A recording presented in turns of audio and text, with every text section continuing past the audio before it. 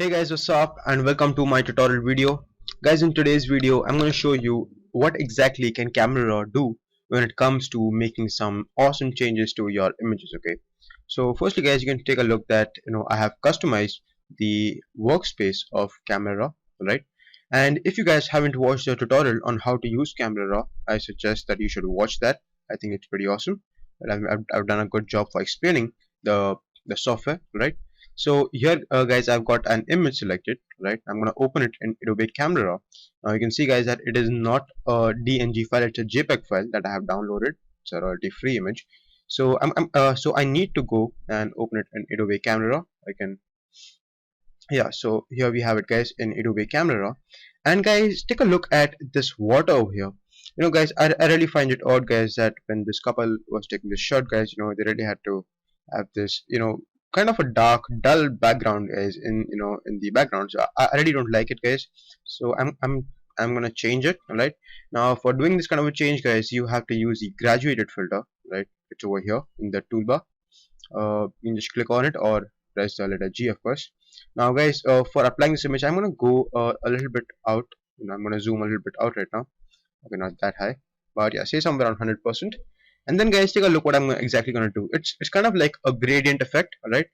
But it's I'm gonna show you that how exactly can you change it, because every kind of edits you do in Adobe Camera Raw, people are they all are what do you say, um, non-destructive, meaning that you can always come back to them, right, and do some more editing if you want, right? So here guys, at the end of the photo, I'm gonna take and I'm gonna drag this kind of like a slider, and you can see guys that you can actually see the effect happening as we speak. So I'm just gonna drag it somewhere over there, and yeah guys, you can hold on the shift key for you know what on the shift key, yeah, for maintaining like making it go all the way like straight, and that's good. And guys, you on the right hand side guide, you can see that there is a panel now for graduated filter. Like you can make all different kind of changes if you like you make it all the way to white. You can even apply some tint effects. You can even apply some exposure if you really want to. This really looks bad, and it really looks like that it has been photoshopped, but we don't want that. But I'm just I just want to explain to you that what exactly are we doing. And you can see you can do all sorts of changes guys. So for getting some weird and good effects also. And guys, if you have if you are playing with some kind of sliders, and now guys you do not remember what was its default setting, what you can do is just do a double click on the slider, okay, on this triangle head, right? You just do a double click on it and automatically go on its default value.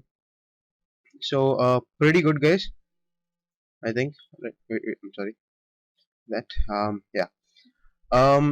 Yeah, and the best part about this camera feature guys, and actually I'm gonna quickly go ahead and get all my values at the default, because yeah, so everything is good. No, it's not, wait a sec, yeah, everything is good.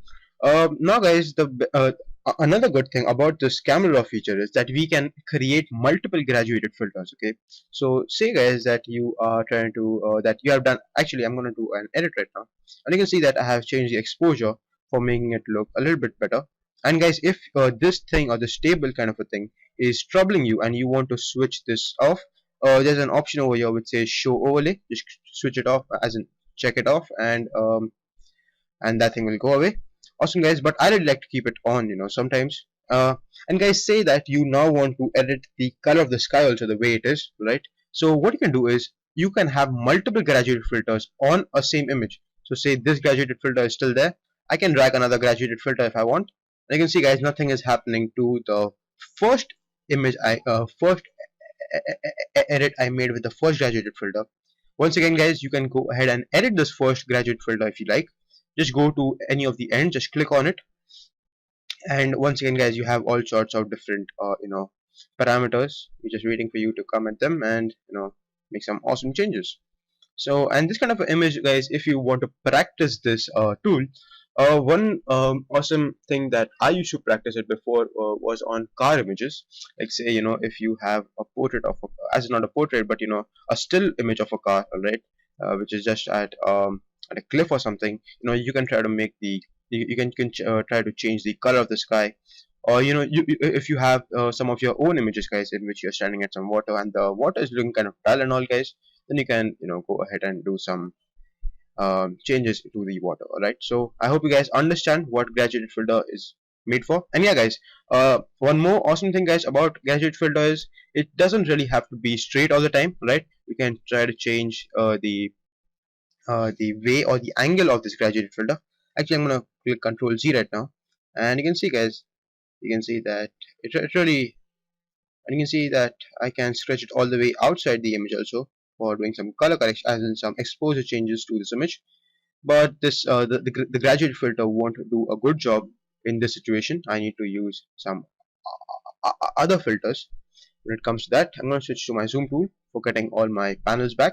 And you can see guys that we have some more changes over here. We can do some exposure changes, and we can even play with the temperature. You can see guys that we have all sorts of other options.